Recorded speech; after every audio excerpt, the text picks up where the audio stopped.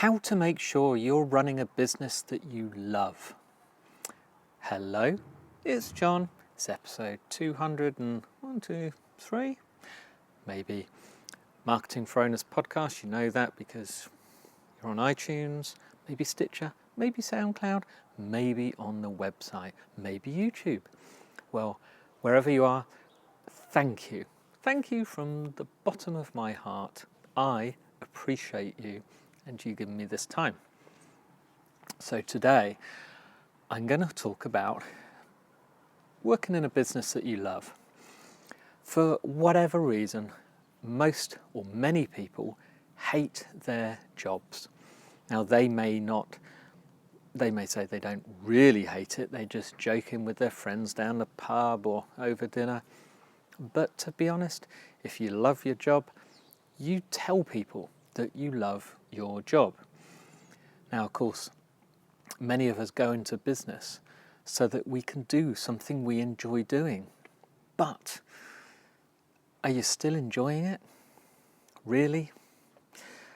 Because there's not much going to be worse than working for yourself and not doing what you love to do.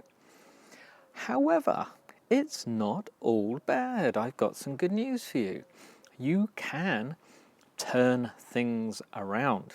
Now, of course, if you're not working for yourself, running your own business, there's not a lot I can do other than advise you to reconsider your job and consider how much longer you have of your working career and think to yourself, is it time for a change? Don't be scared. If you think it might be, it's for the best. Don't worry, you have experience and expertise. But how about these questions? In your working for yourself, now, does it seem like a chore to get work done? Is it difficult every single day to do your work? Is it tough? Yeah. Does it feel difficult to motivate yourself to go to work or to start work in the morning, evening, afternoon, whenever you start? Is that act in itself difficult? These things to think about. I know. But so work, you need to figure out things like talking to friends or talking to anybody about your business. Can you talk about it for a long time? Now, believe me, I can. You could wake me up in the middle of the night, 3 o'clock in the morning, and ask me a question about my work or what I do or the subject around it. And once it's taken me the 10 seconds or so to get over and be able to speak, I would be off and running. I could just talk about it for hours. I love what I do. I know, it's very strange. Please, by the way, don't wake me up at that time and ask me questions because I do need to get some sleep. But if anyone asks you, can you talk about it or don't you want to? Now, these are signs of deciding whether you love what you do. The other one, do you still have plans? Are you still making plans? Do you still have plans of what you want to do? Are you still developing new plans of how you want to change and improve things? Because those are important signs. If you're not enjoying starting work, if it's finding it difficult, if you're not making new plans, if you don't really want to talk about it, don't have anything to say, then it's time for a change.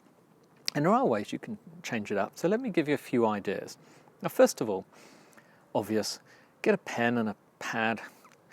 Write down what you do like about it and write down what you don't like about it.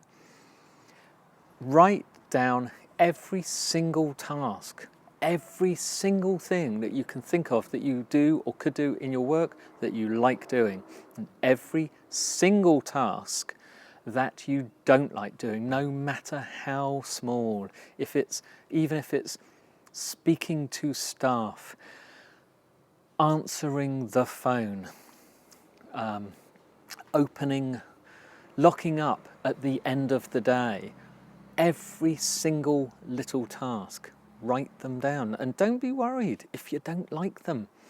It's not all bad, because then once you've written them down and you've got down the things that you don't like, can you get someone else to do them?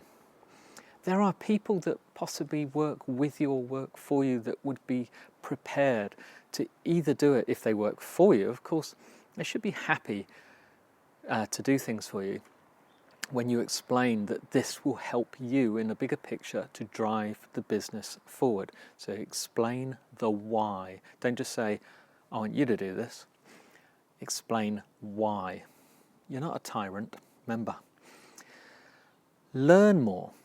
Now this may sound odd, but learn more about your business. Learn more about your job. Become better. Become more of an expert. You're already an expert. Become more of an expert. Go to places like Udemy, udemy.com, codeacademy.com, is it? lynda.com. Go to these places, learn more, learn how to do them. They're very inexpensive. Great courses to guide you through. And there's probably other courses, but learn more. Don't have to go anywhere. Then set some simple goals and make some plans. Simple ones, not, oh, I need to double sales and treble profits. Make them things that you can achieve. And then write them down, by the way. Don't just make them in your mind. Almost finally, find other people in your trade, in your industry, in your business to talk to. They will have the same thoughts as you. And this is one of the very important things. I learned this early on. When I was in the fire trade, I thought I'd just do my work, doing my thing. But then I joined a trade association and they had a meeting. I went up to it, I thought I wouldn't know anyone. And I found that lots of other people had just joined, didn't know anyone.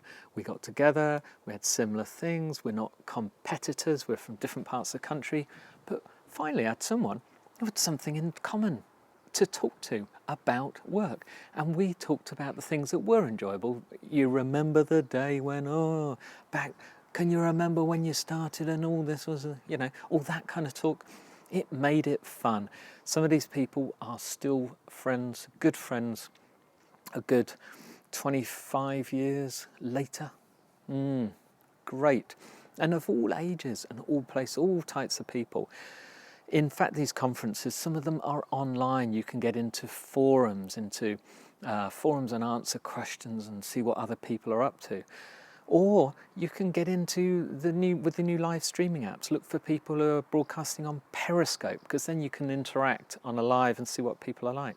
But it's quite helpful to know other people are just like you. Now, finally, I want you to appreciate yourself and use a gratitude log or a book. Write down a journal every single morning. 5 things or 3 things you're grateful for from the day before, or just in life on that day. People, things that happen, customers, your kids, family, anything. Just record every day what you're actually grateful for. Start thinking positive. Your life over a period of time will suddenly change. Okay, end of that. It's not all bad, but it is important that you love or you enjoy what you're doing. So please try. If not, change it. You are in control. Deep breath. It is Wednesday. It's time for a friendly follow. Today, we are going to recommend a guy called Chris Garrett. Now, Chris, his website is at Chris G. Chris is CHRISG, just the letter G.com. But Chris Garrett, Garrett is spelled Garrett.